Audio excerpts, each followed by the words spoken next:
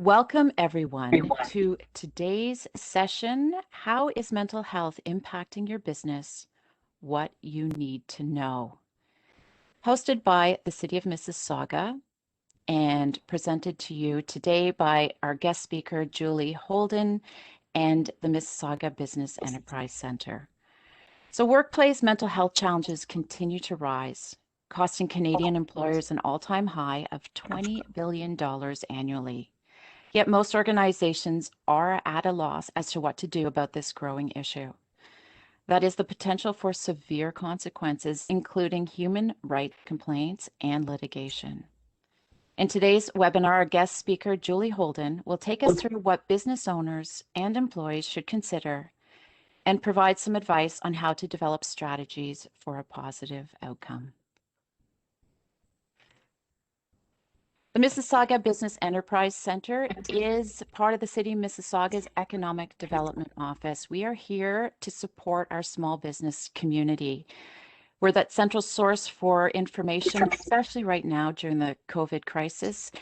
There are a lot of resources available on our website. We also have consultations. Myself, I'm the digital marketing consultant at MBEC, and we also have other consultants available. So if you do have questions about your small business and need answers or guidance, please reach out to us. We also have entrepreneurial programs, which we will talk about coming up. And you can find all this information, including how to reach out to us at mississauga.ca/MBEC. This is what we do: webinars and workshops, resources and tools, training and mentorship. We are serving you remotely during this time, so please feel free to reach out to us. Our hours are Monday to Friday, 9 to 5. You can also visit us on our website, thefuturesunlimited.ca, where we have our small business section, and follow us on social, on Instagram, Facebook, Twitter, and LinkedIn at Mississauga EDO. The Summer Company Program. Now, if you know someone 15 to 29 years of age, a student who has a business idea and wants to start their business, this is the time. Applications are open. They get training, mentorship, and a grant of up to $3,000. We have an information session coming up April 7th, where you can visit live and ask our coordinators some questions. You can also visit mississauga.ca/young entrepreneurs, where you'll see a recording of a previous information session, get more details about the program, and apply.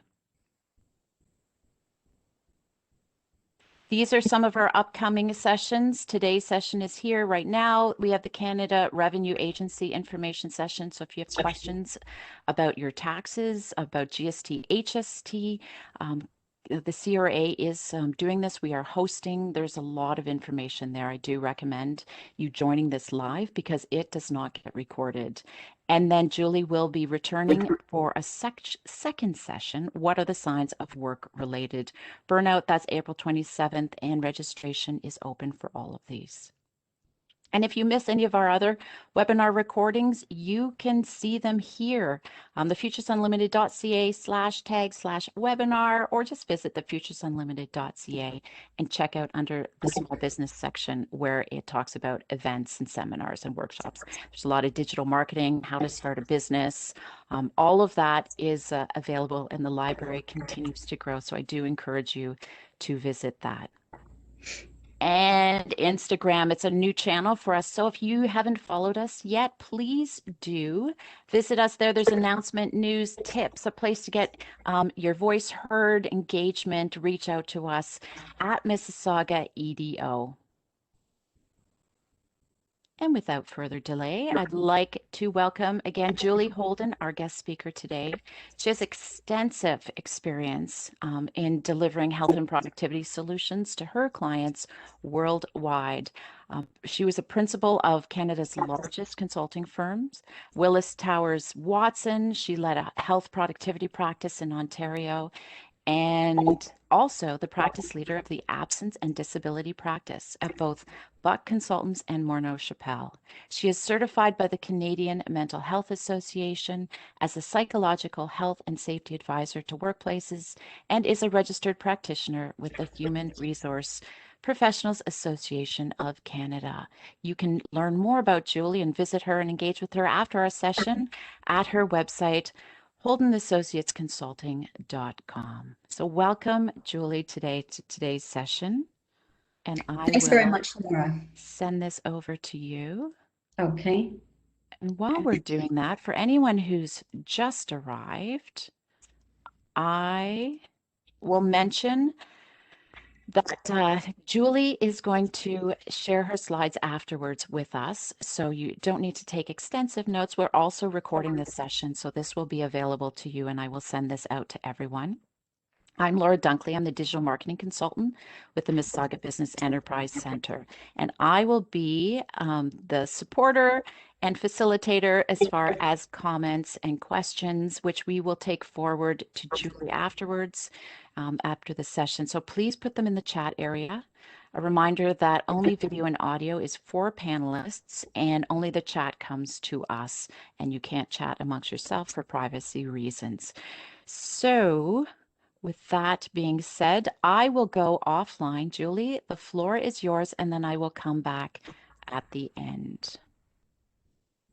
Well, thanks very much, Laura, and thanks everyone for joining us here today. I'm really looking forward to the session, and I hope it provides you with a lot of information and knowledge in terms of being able to make your own workplaces mentally healthy. And I look forward to any discussion and questions, as Laura said, after the show, after the slideshow. So I'll get started. So these are some of the things we will talk about, and of course we can talk about anything else at the end too if I haven't covered things. So I'm not going to read all this out, but generally, what is mental health? How does it show up at work? What does it look like? What are the challenges that people are facing? You know, we're going to talk about what you can say to an employee and what you shouldn't say, things to avoid. We're going to talk about the risk factors that play into different workplaces and how we can overcome those. We'll talk about accommodation. How do you accommodate someone with a mental health challenge or illness? And I'll give you some different tools and resources on how to begin and get going. Before we do that, we're going to put up a couple of just really quick polls, and just in terms of knowing who's with us here today and how we can help you knowing the numbers of employees you may have. So how big is your business? And then secondly, have you ran into situations regarding workplace mental health in the last year that you didn't know how to manage through? So we just take a couple of minutes here to answer those two questions that Laura's put up there. We'll take a look at the results before we move forward.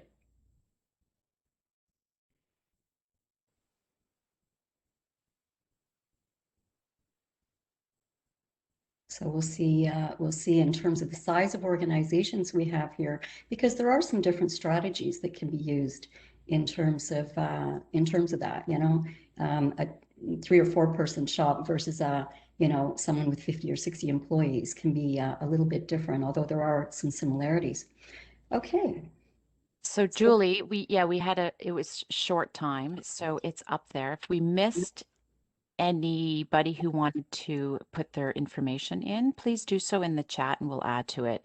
I know the timer went quite quickly, so Okay. We do have the results should be showing for you if you want to see. Yeah, okay, so that's great. So we have a few 0 to 5 employees, 40% 5 to 15.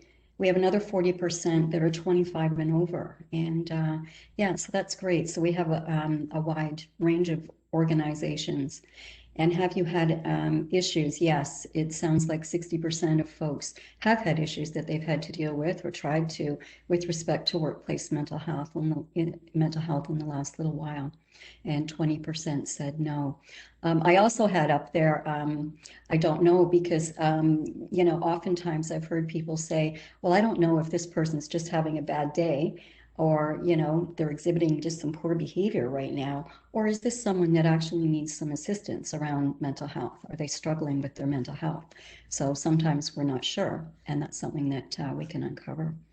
Okay, so we'll move forward with that. Thanks, Laura. I appreciate that.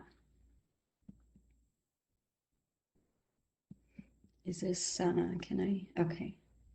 All right, there, sorry, just organizing my screen here. So what is mental health? Often we'll talk about mental health, and people usually say it in a negative context, but actually mental health is the same as physical health in that we all have mental health. It's either good or, maybe not so good on certain days. So we all have mental health, and when it's good mental health and positive mental health, we're successful, we can perform, we can get things done, we're productive. I've got there, it's a springboard, for learning, for growing, and, moving things forward at work and at home. It's resilience, and there's a lot of talk about resilience lately, and I'm actually going to talk more about that one in our session in April. It's a positive sense of emotional and spiritual well-being. And, spiritual well-being is very different for people. So for some, it may mean organized religion and, attending something and being involved in your community and your church. For other people, spiritual well-being may mean a walk in the woods, and enjoying that, those kinds of things. So it may be, your cup of tea in the morning and you're sitting and just really enjoying it and feeling sort of spiritual and maybe doing some meditating. So things are very different, but it means you're mentally healthy, you're well, you feel good, you're getting things accomplished, you have good relationships and self-esteem and all of those things. And so that's what we're talking about there. When we move into mental illness, it's an interruption of all of those things. It's alterations in behavior and mood, and you're not feeling well. You're not being able to accomplish things and move forward and be productive. It's usually I've got here. It's associated with in different combinations of distress, and that can be mild or severe distress. Leading into, disability and impaired functioning and those kinds of things. It is, as I said, it varies. It can be on a continuum, so it's mild to severe. And the main forms that we see are mood disorders, and the main one there is depression. And of course, we've heard of depression and are familiar with that term, of course. So there's different degrees of depression, whether it's severe or a more mild form of it. And so it can show up in different ways. The other very common one is, or prevalent one, is anxiety. And that can be generalized anxiety disorder, or it can be something more severe. So those are the two that are seen the most, followed very closely then by addictions. And unfortunately, we've seen addictions rise in the last year or over year with COVID-19. But this information is pre-COVID as well. So this information, although the statistics have changed, this information is very relevant to the workplace and has been for quite a while now. So let's take a look at some numbers here. So these numbers at the top are pre-COVID. So 1 in 5 Canadians will experience a mental health illness or challenge in any given year. And actually it's 1 in 3 in our lifetime. So 1 in 3 people in their lifetime will experience mental illness. Depression is the leading cause of disability worldwide. And I remember a few years ago, the World Health Organization predicted that by 2020, depression would be the leading cause of disability globally. And sure enough, it was. So it became the leading cause in 2020 last year. This one I find quite staggering. In any given week, 500,000 plus Canadians cannot work because of mental illness. And so this is, as I was saying, it's either anxiety or depression, but maybe it's some other things like bipolar disorder that, we used to call schizophrenia. It could be a, panic disorder or social phobias. People are isolating themselves, things like that. But over 500,000 people cannot work due to mental illness in any week. So here's some more statistics. And 1 in 3 disability claims are now mental health related, and they represent 70% of the cost. This is pre-COVID, so it's, I'm sure, gone up since then. So 70% of the cost of all disabilities that employers are facing, because this is employer related, are mental health related. The next one is with respect to burnout. And, you know, we've sometimes used that term, like I'm so burnt out, or, you know, I'm just burnt out, I can't do anything else. We use it in a bit of a casual way sometimes to, you know, to describe that we're really tired, you know, we need to take a break and everything's just a little overwhelming. But a couple of years ago, again, the World Health Organization deemed that burnout was actually, they call it an occupational phenomenon, but it's recognized now, and it's only as a result of the workplace, which I think is really telling. It's, you know, it's not everything else that's going on in our lives. This burnout is only as a result of the workplace. It's being caused, you know, by going to work. So that is something that is, you know, I think a milestone in terms of recognizing what's happening in workplaces around mental health, and, you know, just making sure that everyone understands that we all need to do something about it. And I'm really glad you're here today to talk about that. So these last two statistics are with respect to right now, what are we facing with respect to COVID? So 42% of Ontario's adults have increased their substance use or gambling or substance.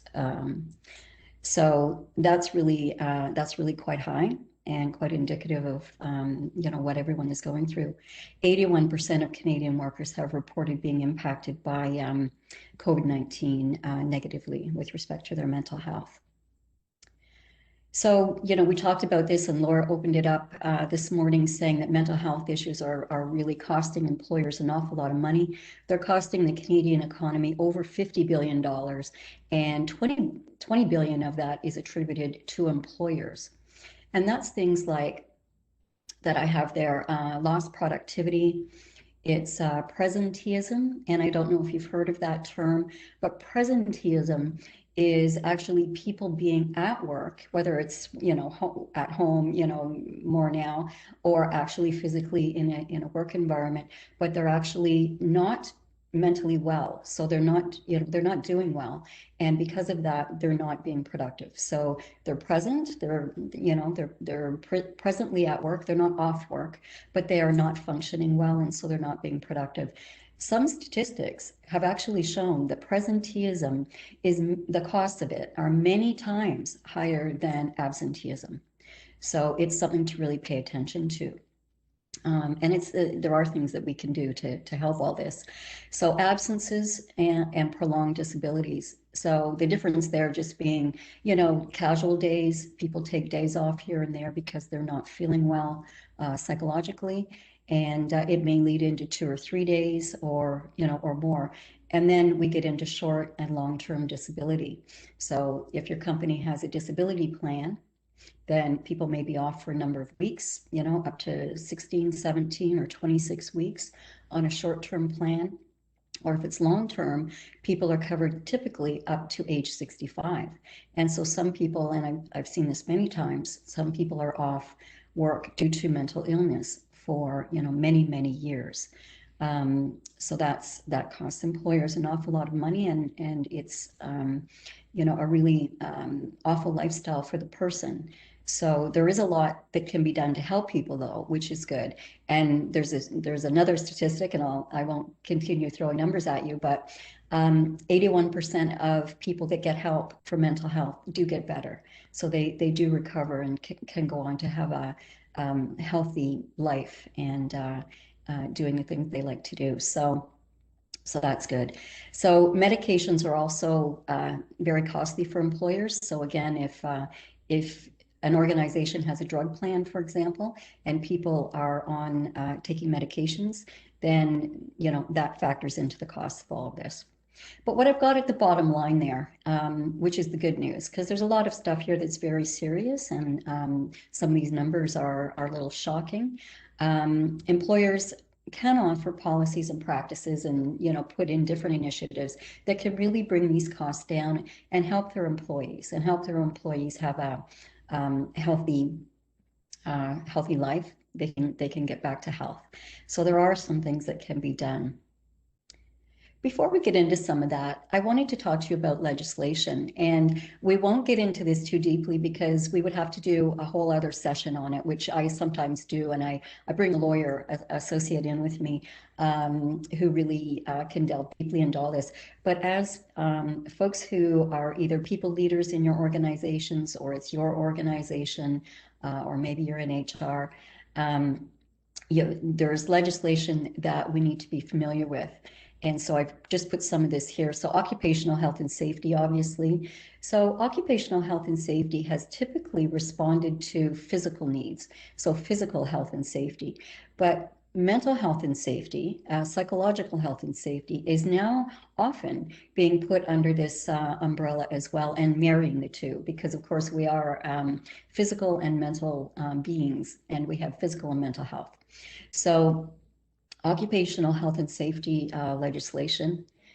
The next one I have there is the Ontario Human Rights Code. I mean, there are human rights codes across Canada, but we're in Ontario and talking about that today. And under that is the duty to accommodate.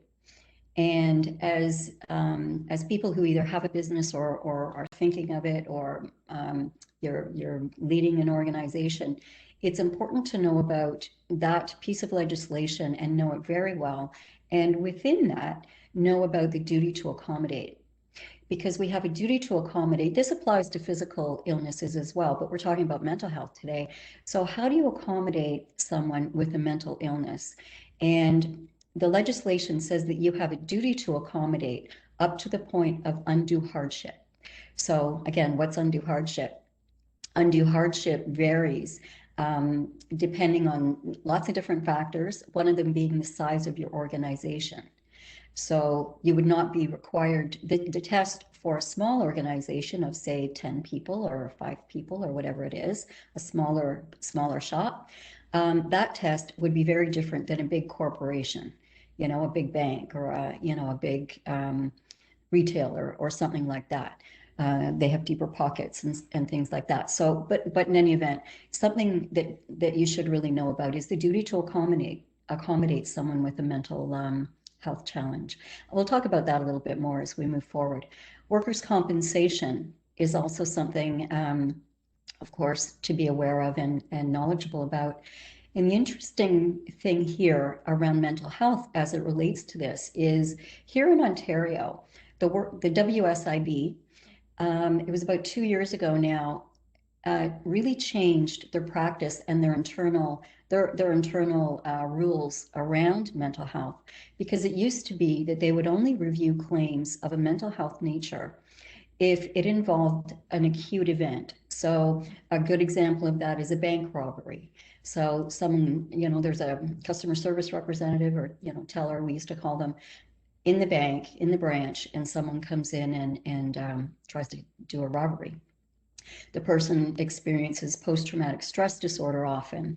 And so the WSIB would review those claims and often approve those claims. They would never take a look at any other kind of mental health claims, though. You just couldn't even submit one. So that's very new. What they do now is they look at chronic mental health claims. So if you have someone in your organization who is experiencing stress in the company, and this goes on for a period of time, and it could be as a result of many things that we'll talk about today, like workload balance. They could be being bullied or harassed.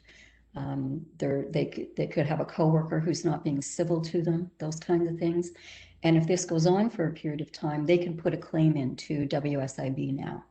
And that's very different than it was before. So that's also telling in terms of what's happening and how the legislation and everything is changing. There's a lot of, as we said, initially, there's a lot of human rights complaints around all of this now, and litigation. So we're going to talk about ways to avoid all of that. The Privacy Act is another one, and there's provincial and federal privacy legislation to be aware of. And that gets into all sorts of things around what can you say to an employee, what can you not. Of course, confidentiality is key around any of this, around anyone with a health issue at work, whether it's physical or mental. So keeping all of that confidential, private, don't talk to anyone else about it. And in terms of talking to the employee about it, there's really a lot of guidelines around, not talking to them about their diagnosis or even their treatment plan or who their physician is necessarily, because you're not allowed to know the diagnosis. What you are allowed to know is, how does it impact the job? How does it impact what they do on a daily basis? So we call that the functional restrictions and limitations. So what are they functionally not able to do now as a result of the illness? And then that helps you in terms of accommodating. So you take a look at what they can and cannot do now as a result of an illness, and then what are the job requirements, and then put an accommodation plan together based on that. So sometimes what happens is you've got an employee and they come and talk to you about it. They say, oh yeah, I'm so stressed. I went to my doctor, they said I have severe depression, and I'm on this medication and I'm doing this and that. So again, because you're not allowed to talk about it, one way to handle that is to say, we're here to support you, and this is what we're going to do to support you. I'm not really supposed to know your diagnosis, but we can talk about how we can help you and how we can support you at work, and we're here for you, and those kinds of things. So it's important just to talk around being supportive, but don't talk about, the depression. Oh yes, it's severe depression, and what medication are you on? How's that helping you? And we want to be supportive. We want to be empathetic. And there is a way to do that without just talking directly about the diagnosis itself. Because again, there's privacy legislation, and the Human Rights Code also speaks to that. So those are that's a bit of information about the legislation that's out there. So what are we talking about really when we're talking about a healthy versus an unhealthy workplace? So a healthy workplace is some of these things. It's all of these things. Fairness, respect, recognition for a job well done. It's job clarity and having the tools to do your job. The person, we've probably all seen and maybe experienced some of these things where those were not in place. You're asking someone to do something, and it's a rush, can you get this done, by Tuesday or 4 o'clock or whatever it is. And the person doesn't have the skills. They don't have the tools, maybe the system's down, or there's a new launch of a new system and they haven't been trained on it properly. Those kinds of things. It's also transparent communication. And we've all heard of those workplaces where, it's all hush hush. Everything's behind the scenes and behind closed doors. How does that make you feel? It makes people feel awful usually, and it gets into distrust and stress and anxiety and all of those kinds of things. I mean, it doesn't mean that you have to explain every single thing that's going on in the organization, but sharing enough so that the people don't feel like there's something going on that's about to be sprung on them, and making everyone nervous.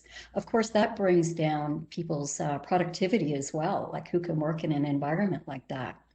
So all of these things lead into a very healthy workplace when you have these things in place. And we'll talk about that a little bit more as we move forward. And so on the flip side, an unhealthy workplace is inconsistency. We've seen that before too, I'm sure, or heard of it in chatting with different people at work. It's, one day you do it this way, and no, next week I want you to do it this way. And, what are you talking about? I said to do it this way. And, the person's like, I don't know what you want me to do. Like, do you want me to do it this way or that way? So it's inconsistency.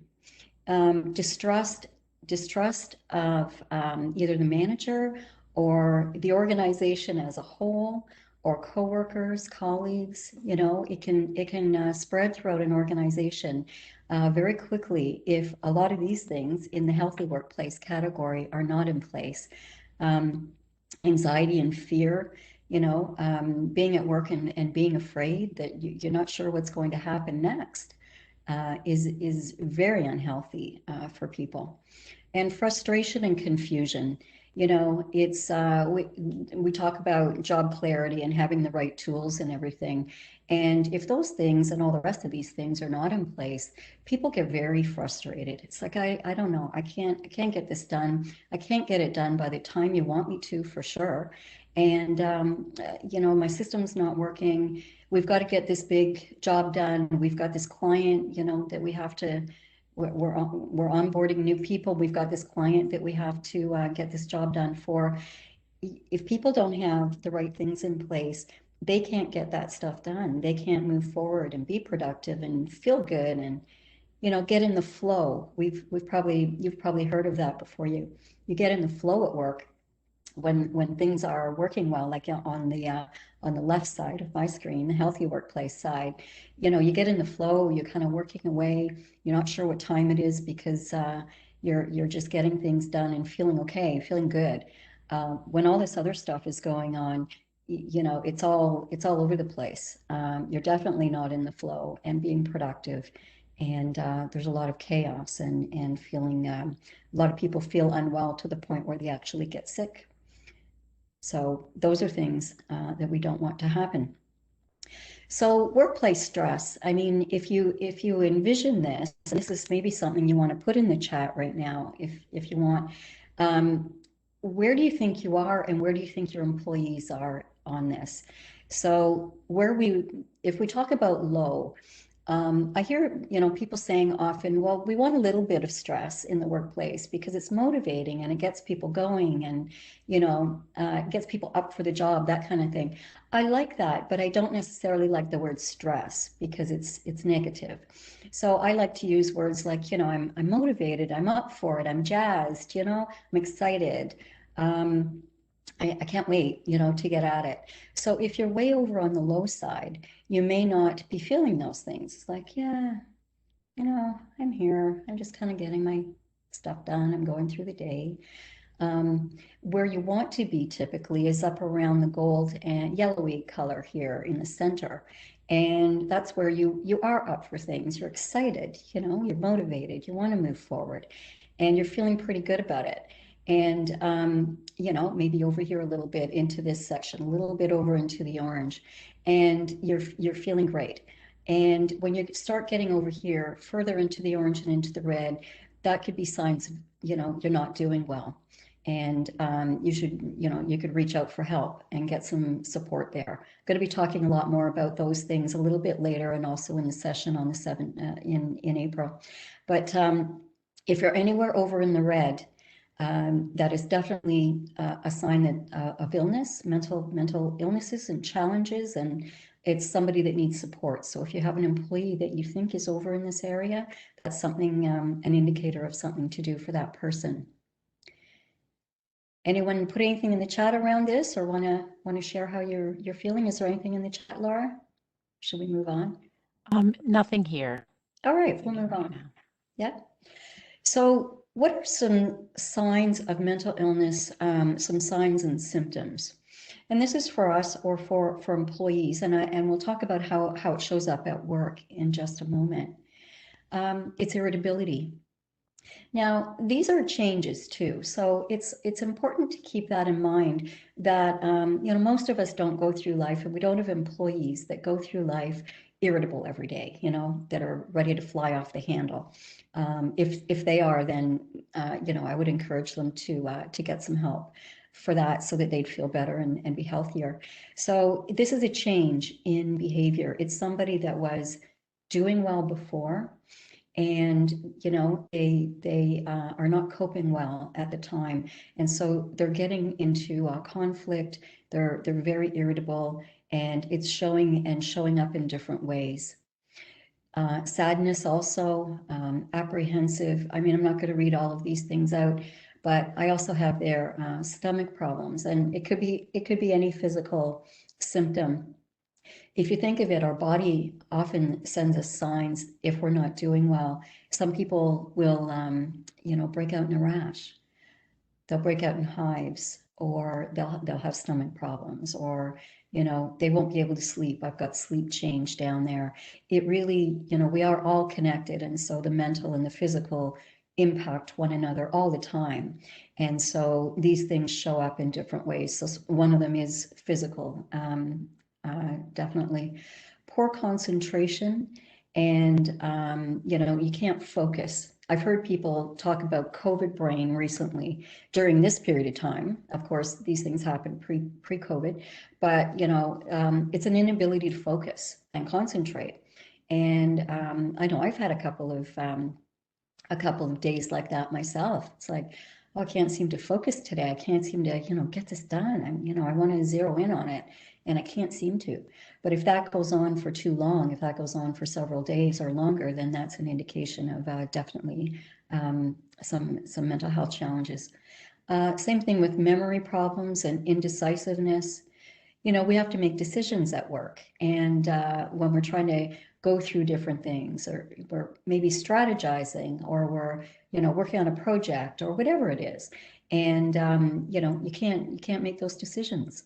It's like, I don't know, I need to think about this more. But then you're not really able to zero in and think about it.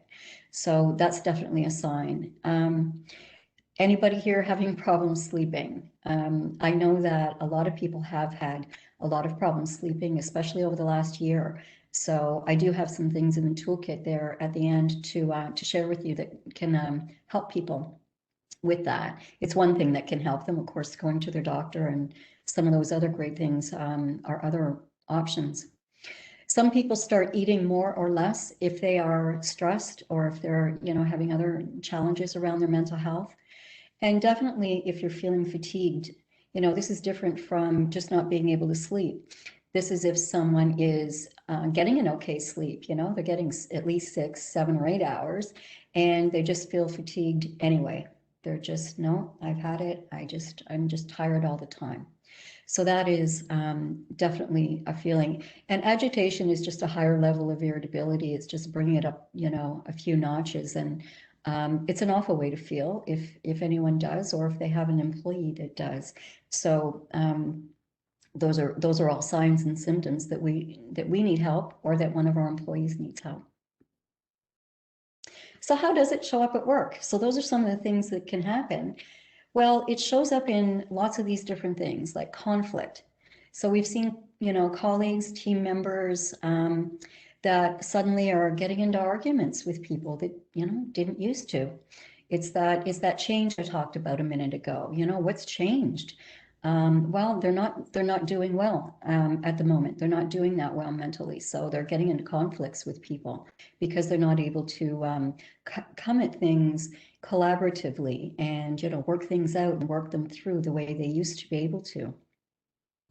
Some other ones here, avoidance and unhealthy diversions. So avoiding getting together with people, or avoiding, joining in different teams, or even socially. So even though we are isolating right now, a lot of us, there's a lot of things like this webinar, for example, or there's networking events. Some people are getting together on a Friday for a glass of wine type thing, or they're doing hobbies online together. You can do anything online now. You can take a cooking class, or learn to weld, or whatever it is. So you can do a lot of things. But if people are avoiding it, they're avoiding participating at work and avoiding all of those things, then that is definitely a sign that they're struggling. They may also be doing other things like, increasing drug and alcohol intake, unfortunately, or they may be surfing. We've heard of that. Doom surfing, and going through what's happening now, looking at the news all the time to see what's happening. And it's healthy to limit that, but some people are not able to, so they're just going through that sort of hour after hour, and spending a lot of their time on that. They're procrastinating, they're not getting things finished, they're just saying they'll just sorry, can people hear me? Someone said they couldn't hear me right now. No, we're good, Julie. Okay, thank you. Yeah. Okay, yeah. So procrastination, people are, they'll say, well, I'm not feeling well. I'm gonna do that next Wednesday, because they think I'm gonna feel better next Wednesday. So they're not getting their work done and they're putting it off. Next Wednesday comes, they're not feeling any better. They put it off again. And of course, what happens when we procrastinate is that the tension builds, the stress builds to the point where, it becomes unbearable almost. So procrastination really causes an awful lot of stress and anxiety in people. And it's definitely something to take a look at and avoid. Um, we've talked about some of these. Poor performance is also another one. So someone that used to do a good job at work and, would get things done on time, on schedule, good quality work. Suddenly they're not doing that. They're not delivering. They're messing up, basically. They're not getting things done. It's kind of sloppy. It's not the good quality work they always did before. Another indicator that they're not doing well, and maybe they need some support at work, and some help. Increased errors, poor decision making, that kind of thing. Task vigilance is, just indicates how quickly someone used to get something done. So you give someone something to do, or they've got something to do on their plate, and they would typically get that done in a day or a week or whatever it is, depending on the size of the job, and they're just not getting it done. They're not able to get things done the way they used to. So neglect is another one. And by that, I mean, different things, not only the quality of the work, but in themselves. If someone is not doing well, and I've heard of this recently, they're going to, skip the shower. They're going to not take very good care of themselves. Their hygiene level goes down. So they're neglecting themselves. They're neglecting their health and their well-being. So those are some of the ways that it shows up at work. And I have definitely heard of all of these things, including, people neglecting not even doing their laundry because they're not well. They need help. And so they're showing up at work, and it's very evident that they are not they're not dressing the way they used to for work, whatever it is, even if it's jeans and a t-shirt that you wear to work. It's just they're not showing up with the same level of care that they used to, and that's definitely a sign that someone may need some help with their mental health. So I want to talk about psychological workplace risk factors. So several years ago, Canada led the way with introducing it's a big mouthful, the national standard for psychological health and safety in the workplace. So it is a guideline and tools and resources for organizations to take a look at. And there are some for small workplaces and large workplaces. So this isn't just big corporations that use this. This is for small organizations and companies of all different sizes. And it's based on international work around what causes psychological risks in the workplace. And so there are 13 of them. And we'll go through them, a little bit here. But if you want more information on this, I'd be happy to share more information with you at any time. So the organizational culture, obviously you want a positive culture. I'm going to chat about that a little bit more later. So that's very important though, and the leaders always set the tone for the organization around that and everything else.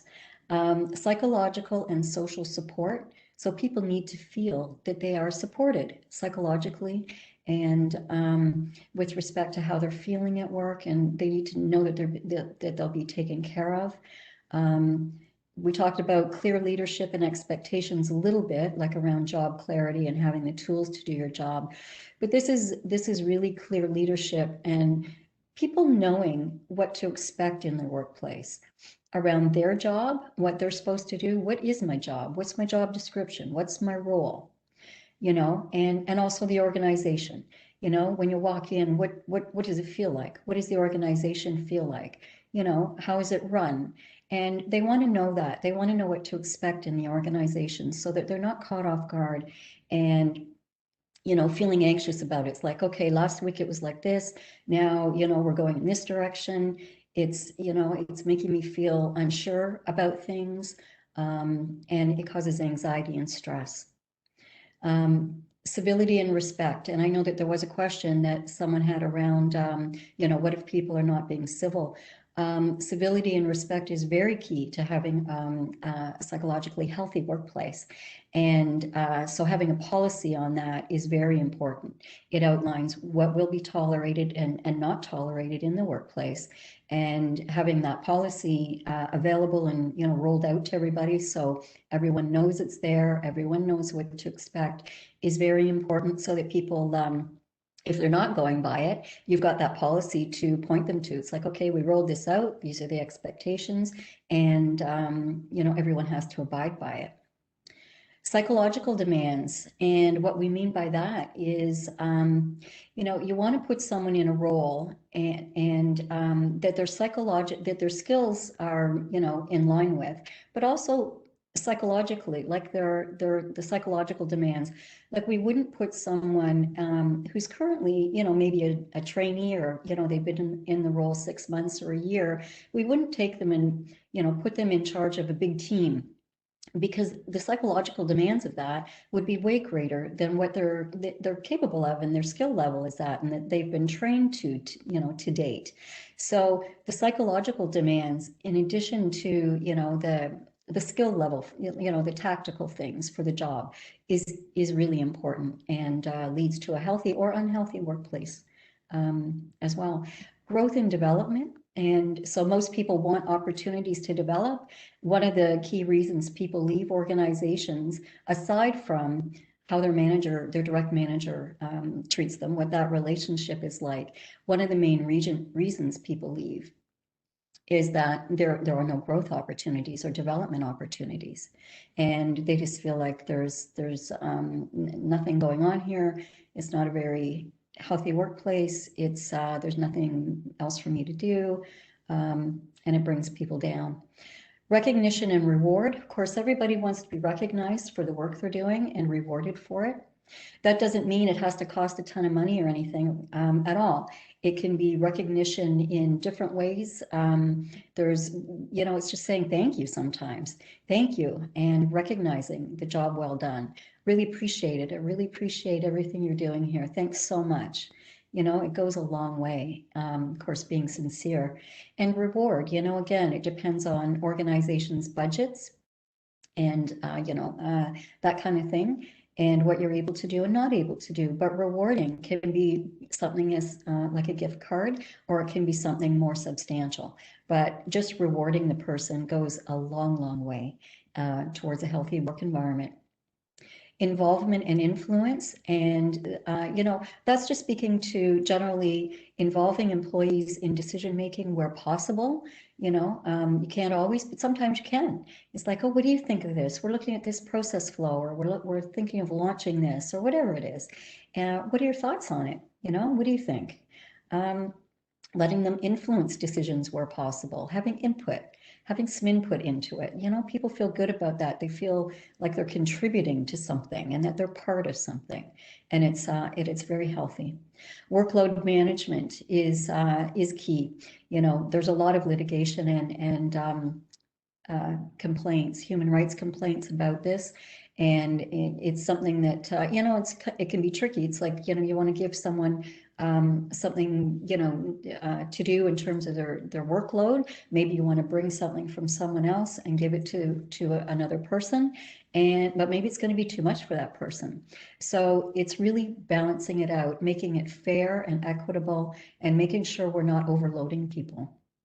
And conversely, giving them enough to do, because that's demeaning and demoralizing as well if you really don't have enough to do at work. So it's often more they have too much to do, but it can be the other way around as well. Engagement, keeping people engaged and motivated at work is a key to a mentally healthy organization. Balancing everything out, not just the workload management, but just having a balance in the office and or work environment, whatever it is, in the factory, in the manufacturing plant, in the restaurant. We have all different types of work environments. So just having balance and fairness throughout. Psychological protection. and protection of physical safety. So people want to know that they will be protected from harassment, you know, from bullying, from all of those things. And so, you know, just from someone being incivil to them, and they want to make sure that they want to feel safe about that. And, you know, we've even got the last one here is protection of physical safety, because people want to know that they will be physically safe and not worry, you know, and have it weighing on their mind and their mental health that something could happen. Somebody might throw something, or, you know, something could happen at the workplace that would be very unhealthy for them from a physical perspective. So those are the 13 psychological workplace risk factors according to the national standard. And, you know, if you're feeling overwhelmed about that, don't, because if you can just pick one or two and start working on those, and then, you know, fit others in over time, that's the key to success. And just start working on even one or two of those. Being mindful of all the rest, but you know, you can only do so much, and every little bit really helps to move everything forward. Just want to see where I am on time. Okay, I better speed things up just a touch. Okay, so let's talk about stigma. So stigma is discrimination, if you think about it. It's discrimination against someone who has anxiety or depression or some other type of mental disorder. You know, you're thinking less of them. And it's really unfortunate because, as you can see there, 48%, according to studies, 48% of people are reluctant to tell their coworker or manager that they are struggling with a mental illness. So I encourage you, you know, today to open up the conversation about mental health. There's been a lot of really great work around it. But, you know, people say that actually the stigma is worse than the mental illness itself. Which is very sad. It makes me very sad, because not only are they dealing with you know, debilitating illness, but what's worse is how they think people think of them. I also have their inner and you know, external. So that's external. You know, people stigmatizing other people. The inner or internal stigmatization is, you know, it's that little voice in your head. It's that, why don't I just snap out of this? What's the matter with me? You know, so-and-so's doing okay. What's wrong with me? You know, I don't know what's wrong with me. I got to give my head a shake. That's all wrong. That's all really wrong. And so if you're thinking like that, you know, please get some help. Because those are not things that are accurate around mental illness. And stigmatization, whether we're doing it to ourselves or someone else, is really, you know, affecting everyone. It's preventing people from getting the help they need, in fact. And if you think of it, like, we're not mean people. And so if somebody had cancer, or if they broke their leg, or if they had a bad back, we would never think less of them. We would ask, how, you know, how can I help you? How can I help you out here? So let's be the same way, be very supportive around someone that may have a mental health challenge, because it's just the same. It really should be the same. Mental health is health, and it should be the same and treated the same as physical health. There's been a lot of really great talk about it in the last few years, actually. So it's getting better, but the more we talk about it, the better it is. I mean, we've heard of CEOs, Ted Turner, Jane Fonda. We've heard of a lot of musicians, Mariah Carey. We've heard of Meghan Markle and Prince Harry.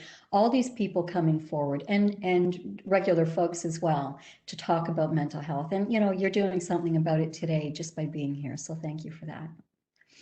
Let's talk a bit about accommodation, because there is, as I said, a duty to accommodate. So if someone is struggling with a mental health illness or challenge or issue, whatever term we use, we can either help them stay at work, and we call those stay at work initiatives, or we can help them return to work if they've been off for a period of time. So you can do different things like reducing the workload. You can just, you know, take a certain task off someone's job, or you can reduce the hours that they work, different things like that. So maybe you've got them, you know, they've got different tasks within their role. You can take 2 or 3 or whatever's necessary, one, one of those tasks away. So maybe you're going to do that for 3 or 4 weeks and then fit it back into the role. It's really important how you do that so it doesn't become the person's permanent role. But just working with them for a few weeks on accommodating this is key to having a sustained return to work and having the person doing well at work and being able to be productive. Work from home, I mean, a lot of people are doing that right now anyway, so that's working out well for a lot of people. You can move people if they have to be in the workplace, maybe to a different area if possible. You can put them on different hours, so maybe they'll come in Monday, Wednesday, Friday to begin with, or different combination. Maybe they'll come in every day for 3 hours, and then they'll work back up to a full day. So there's lots of different things that we can do around accommodation. But so that's general. Let's take a look at specifically. So we talk about mental health, and so we talk about mental health as a whole, but of course there's lots of different types of mental health. So one might be someone who's struggling with intellectual challenges. So they can't maybe keep things straight. They're having problems focusing, and they're having problems with getting things done and remembering what they're supposed to do. So they're not being very productive. So as a supervisor or leader, helping them with that, helping them and accommodating the fact that they're not able to do those things right now. It's one thing you can work with them is on daily to-do lists. So whereas before you may have had an employee that would, come in and go about their business, they know their job and they're working away on it.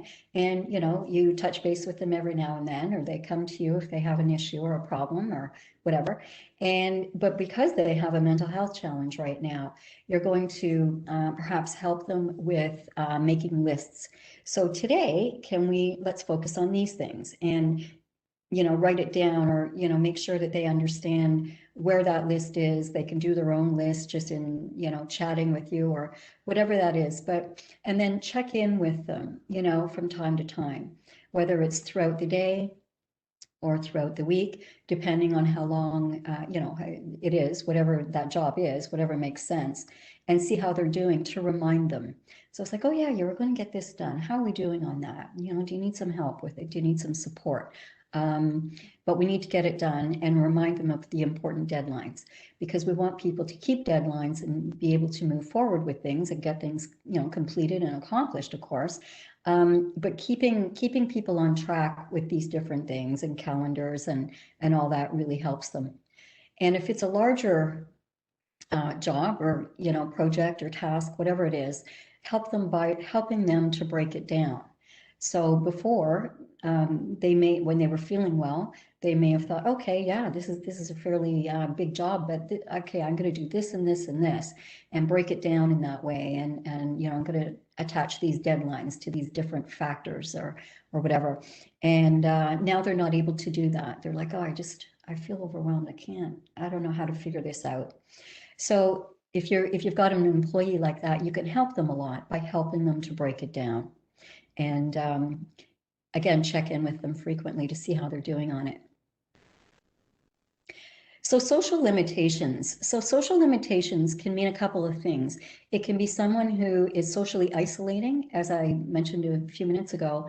It can also be someone who's struggling socially, like in terms of social norms and behaviors, what's acceptable, what's not acceptable, and that kind of thing. So in this case, if you're the manager or supervisor, providing positive praise is important for that person, because they want to make sure they're on track socially, like how they're behaving in the work environment. Just saying, yeah, that was great. You're doing great, that kind of thing, where appropriate and where it's accurate, of course. But they need to know they're on track socially. So that helps them with that. Provide written job instructions. So again, they want to make sure they're going to get this done, and they need to know what's required of them in order to meet that goal. And just having it written down helps them to do that. Some people with a social limitation might be getting into that conflict area that I talked about a little bit before too. They're having problems with irritability maybe and some conflict. And hopefully they're getting help for it too. This is just how to help them, how to accommodate them. So develop written work agreements with clear performance expectations and consequences. Because it's important for people to know that they are expected to do certain things. And you're there to support them, of course. But having it written down and agreed to really helps with that. Okay, so you agreed to do this and you're going to do it by, next week. And, so get them to say and agree to, yeah, I can get that done and I'm going to get it done by, next week, next Thursday. Okay, great. I look forward to that, and I'm sure you'll do a great job at it. But getting that agreement is really key with someone that has a social limitation. So they don't just go off and think they can get it back to you in 3 weeks or 4 weeks, and that's going to be okay. So another thing is allowing for open communication, so that there's an understanding and you get to deal with issues before they get worse, like before they happen. So making sure that you check in with that person, that they know also that they can come and talk to you, that you've got an open door, and there's this give and take and back and forth, and you're there working together. So that's something that you can do as a supervisor to help somebody that's having some issues around that.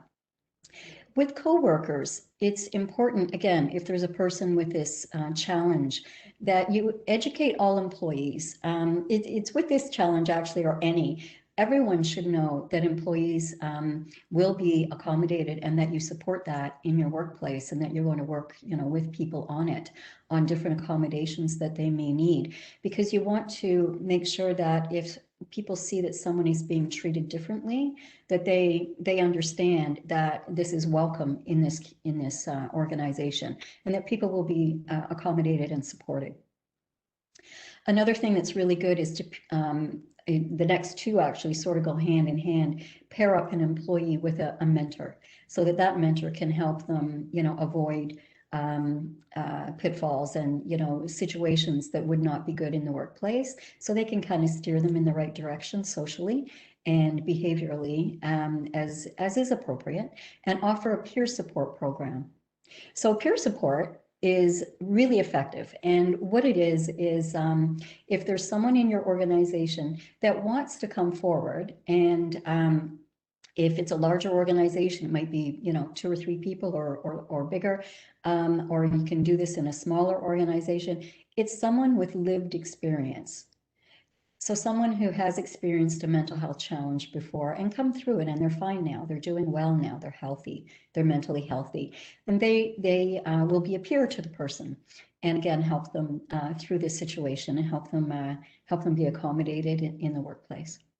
So those are some specific things around accommodation, because we actually do have a duty to accommodate, and so you need to know how specifically to do that.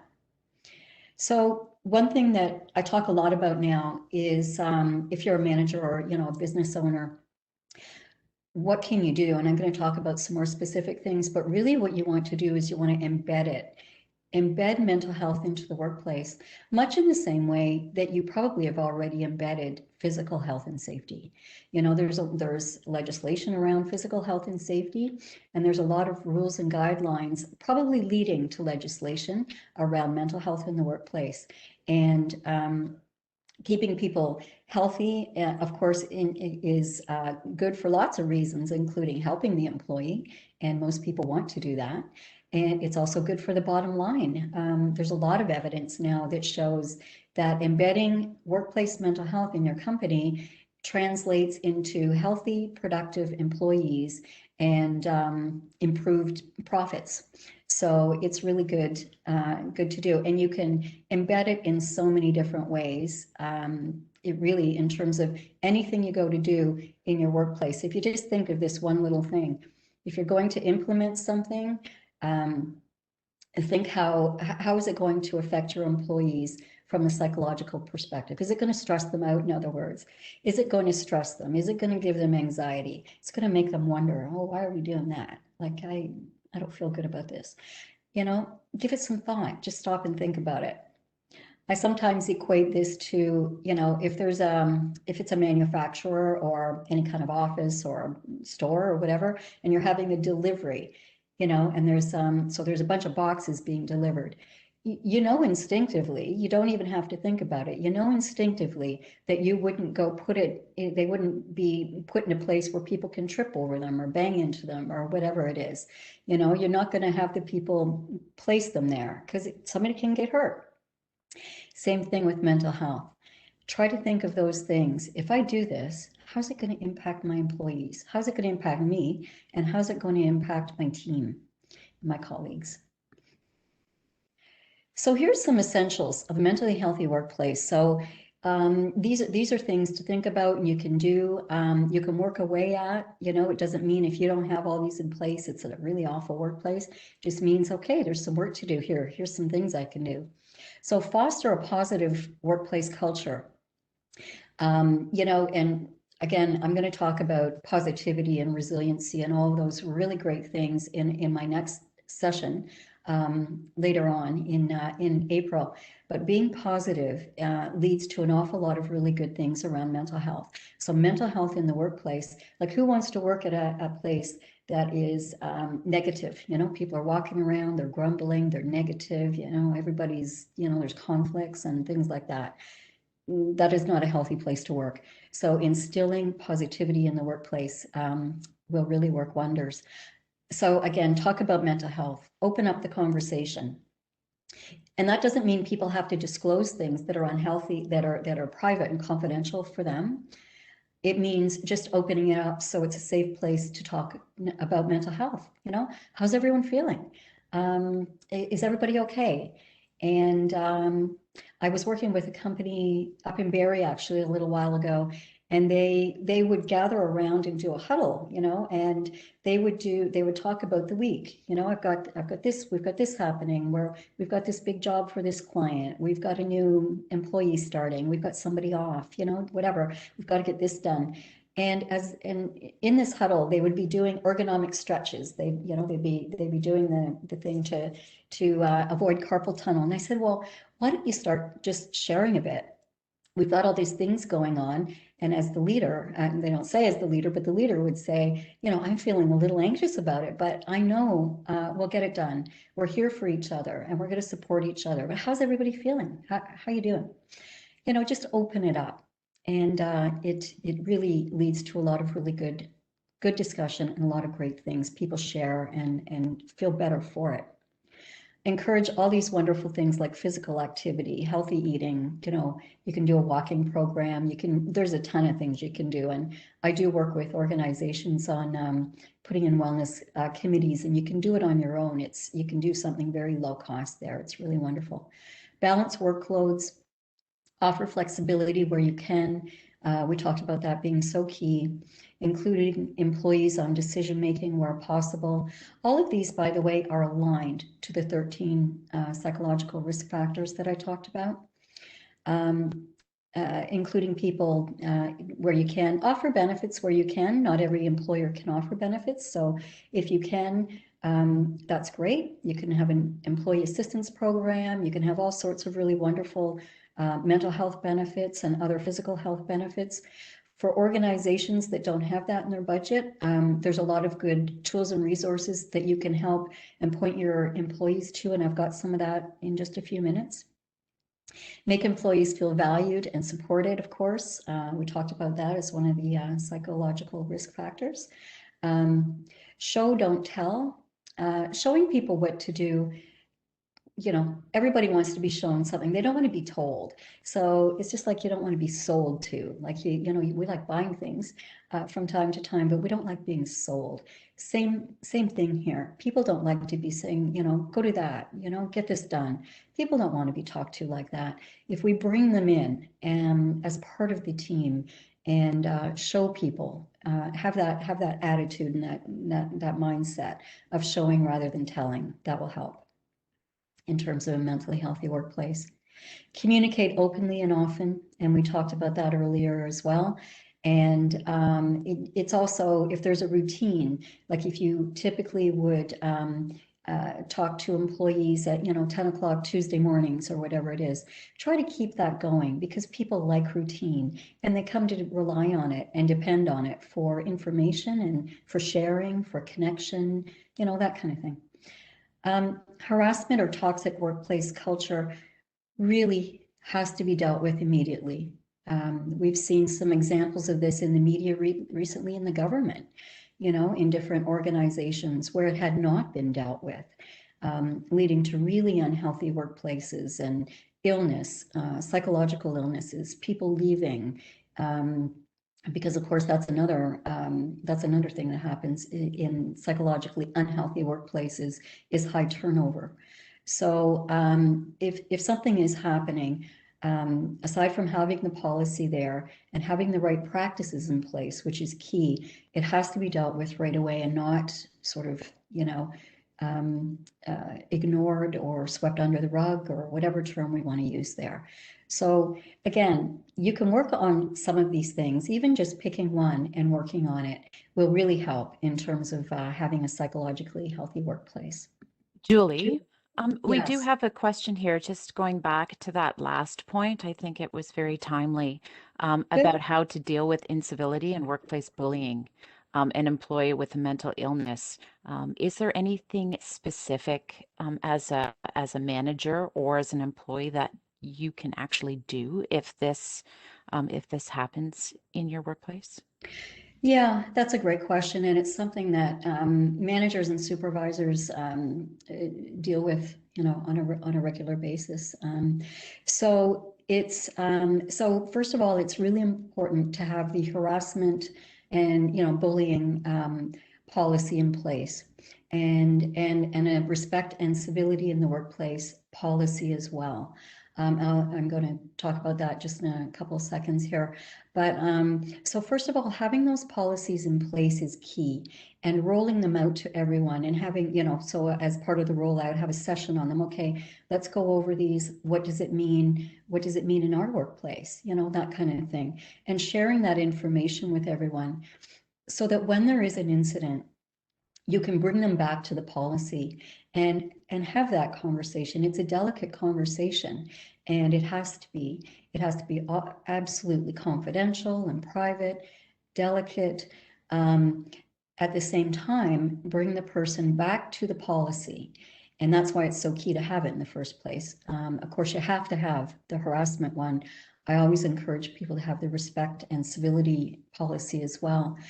Bring them back to it and say, okay, this is what I've seen or witnessed or heard about. I wanted to talk to you about this because, as we know in our policy, this is unacceptable behavior. I wanted to get your take on it. I wanted to hear what you're experiencing, and how you felt it happened, or like what did you experience? And let's talk about this. I'm here to support you, and you want to come at it from a very supportive viewpoint and behavior, not accusatory or punitive or anything like that, especially initially, because this can be done in stages. The first conversation is extremely supportive, and I'm here to help you. You might want to, if it's not like them, this isn't like you, is there something we can help you with? And then point them in the, of course, listen to what they're going to say, and then point them in the direction of the supports that are available. So if there are supports like benefits, employee assistance programs, whatever it is, point them in that direction. If you don't have those things in place, point them in the direction of some other supports that are there. At the same time, so of course, you're going to listen to what was said and respond accordingly. You want to let them know that it's unacceptable. So get that across. It's unacceptable. We're here to support you. At the same time, this is unacceptable behavior as is set out in this policy. Is there something else I can help you with?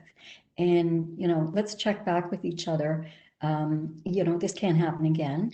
Let's check back with each other, whatever makes sense. Maybe it's next week, maybe it's in 2 days, depending, and then revisit it again. Now, if this keeps happening, so if it's happened repeatedly or, even more than once, you're going to have another conversation and you're going down the path a little bit more towards performance. This is the role. These are the expectations. This is the behavior that's acceptable in this workplace. Again, I'm here to support you. How can I help you? What do you need? And at the same time, it's unacceptable. And you're going to be listening to what the person's saying. And but that's generally how you deal with those kinds of things. Did that help? I hope so. That's great, Julie. We have about 10 minutes, and you have some more slides, but if anyone else has questions and wants to put them forward, please do so in the chat to the host, and then we'll bring them forward anonymously. Thank you. Thanks, Laura. Another thing, sorry, just before I move on, you can also bring someone in, like a mediator or someone like that, to help in those difficult situations, because they're not easy for sure. So where do you begin? So get buy-in from others in your organization. I mean, so if you're the leader, if you're the owner of the company, if you have other team leaders or whatever it is, then you want to align all of the leadership on embedding mental health into the workplace, and not have it a one-person show. If you're a team leader or someone, then go and talk to the leader, go and talk to the owner of the company. Hopefully there's an open door there, and you can talk about mental health and how important it is to you and how important it is to the organization.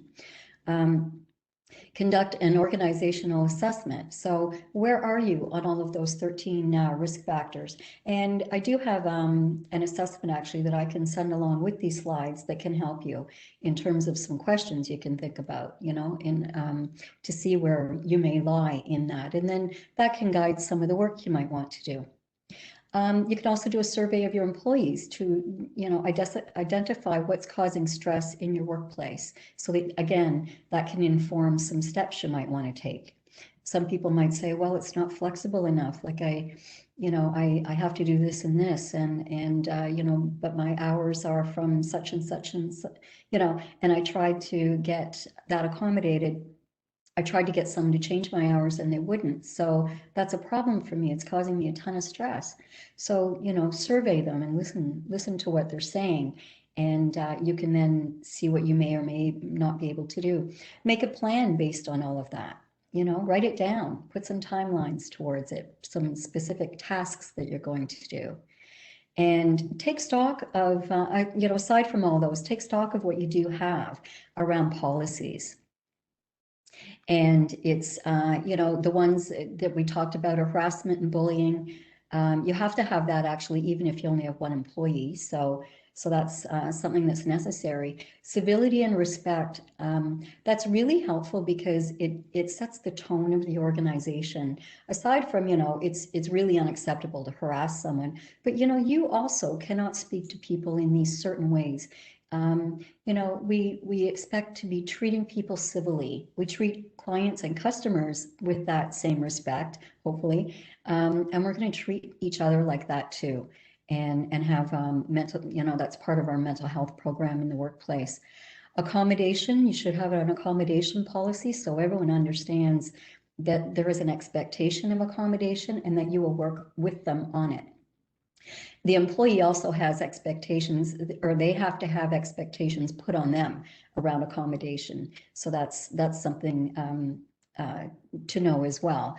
But as an employer, there's a requirement. And also return to work. There should be a return to work policy. So if someone has been off for several days or longer with a mental illness, how are they coming back into the workplace and how will that be dealt with?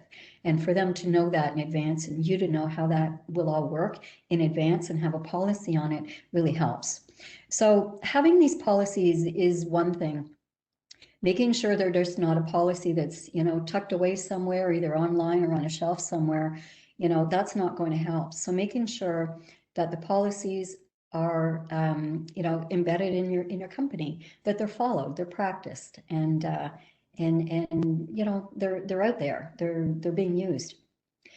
Provide leadership training. If you're a company, one of those larger companies that has a few, managers or team leaders, I really encourage you to do some training, make sure they get mental health training so they understand what's acceptable and what's not in the workplace, and they can help instill that. Of course, with anything, make changes, review it, see how it's going, and let it evolve, because it's something that takes time, and it's sort of like change, cultural change. It's changing how the workplace is now, and leading into having a different type of workplace perhaps in the future, with really wonderful mental health aspects to it. So let it evolve over time. It does take time, and you can watch it go in the right direction. I won't go into detail about all of these, but when you get this, you can click on all of these. So these are for any of us to use, and they're also, if you have an employee who is struggling, these are things that you can point them to. And they're all dynamic. So if you click on any of these, it'll take you to the website. And so the first screen is the first one actually is for frontline workers, or anyone with any mental health issue can use Connex Ontario, but it's also for frontline workers and that kind of thing. Bounce Back is great, and it's for anyone over 15, and they've got these wonderful workbooks and things like that. The Kids Help Phone is for children. It's an amazing program. So if you've got kids that are struggling, or some of your employees have kids, it's a wonderful program that is there. Good to Talk is good for post-secondary students. So that's something to check out if you've got folks in your family, or your employees do.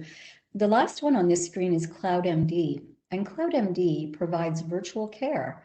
So they usually charge for this service. It's a really good company, and they're providing it free of charge, so no cost during COVID in Ontario and BC. So if you have an employee who would benefit from virtual care with a mental health professional, you can point them in that direction. Here's a few more. Here's an assessment. Check Up from the Neck Up is an assessment that can be taken. It's really good to see how are we doing with our mental health. You can give that to employees as well. The next few are apps. I have a couple of these. I use Calm for sleeping. If I can't get to sleep, it's wonderful for that. They have meditation and mindfulness programs on these as well. And so check that out, or some of your employees might want to. And here's some more as well. So these are two different Pay It Forward, and they're based on the daily act of kindness, which is very good for our mental health. And then the last few have a ton of resources for you. Wellness Together Canada was just put together recently in response to COVID-19, and it has wonderful resources. They will pair up someone with a mental health professional at no cost again, and depending on what the need is, they have online solutions or virtual care. So there's an awful lot of information. If you just want to learn more about mental health, you can go to any of these and read about all the wonderful information and resources that they have available. So I think I made it through all of my slides. And is there something that anyone else would like to ask or talk about? Thanks, Julie. That was amazing. A lot of very practical information. We do have a question. It goes back to a couple slides. Is there a survey template or platform you can recommend for a company who wants to survey their team? Yes, actually, there's some really good resources through the Great West Life website, and I can send the link to that when I send the slides over. They have some really good information there. The Mental Health Association also has some, and yeah, there are some really good templates. So again, I can send a couple of links over when I send this over to you, Laura. That would be great. We'll share all the slides and these extra resources, links to all of our attendees today. Are there any more questions? If you want to drop it in the chat, we'll hang around for a little bit, and we have till 11:30, and Julie will be here to answer your questions. Julie, that was really interesting, especially the practical advice that you're giving people, and what really I took away is just to make sure that communication is open. Yeah. Right? To know all those policies, for sure what you can and can't do, but to keep that ongoing communication, so you really know how to you're listening for the signs and you're responding accordingly. Because like you said, if someone's overwhelmed and they need those detailed to-do lists, that's very practical. Or on the opposite, if they feel like they're being micromanaged, Yeah. perhaps it's more of a, okay, show me what you can do, but here's the delivery time that you need to give to me. Managing those expectations is really great. Thank Yeah, you. it's really important, especially if someone's struggling. Yeah, absolutely. Mhm. Mhm. It doesn't look like there is any other questions. Julie has all her contact information on her slides, and you have her website. There's the ability to reach out to you. Um, is there anything last Absolutely. you would like to say? Because I am overwhelmed and comforted by what you had to say, so thank you. I hope it wasn't overwhelming. There's so much, but I know like there's a lot to talk around about mental health. It really is a big topic, and that's why, I only consult and work in two areas, and that's the big one actually, and disability management, because they go hand in hand, because as you saw, 70% of the costs are mental health related for disability. But yeah, there's an awful lot to talk around mental health, but there's also a lot of really good things people can do. Some of it, you can go really deep with all of this.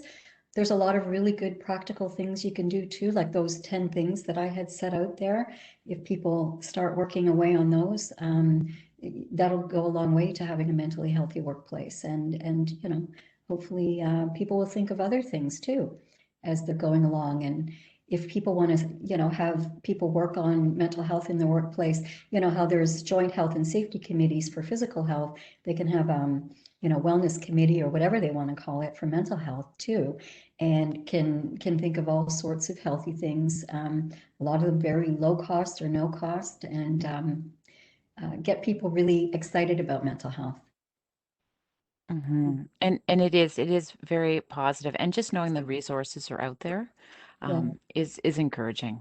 So yeah, that is um thank you so much. I'm an employee who okay, so reach out to Julie directly if you would like to know more about her business and what she does. And we will send this information out to you in the next couple days. And once the recording is done, we will also email that out to you to watch on the replay. So if there's nothing else, Julie, a final thank you. And we look forward to seeing you in April. We'll send yeah, the registration link if anyone wants to come back or knows anyone else who would like to benefit from Julie's advice. that sounds great. Thanks so much, Laura, for having me. I really appreciate it, and thanks everyone for joining us today. Great, thanks. Enjoy the sunshine. Yeah, you too. Okay, take care.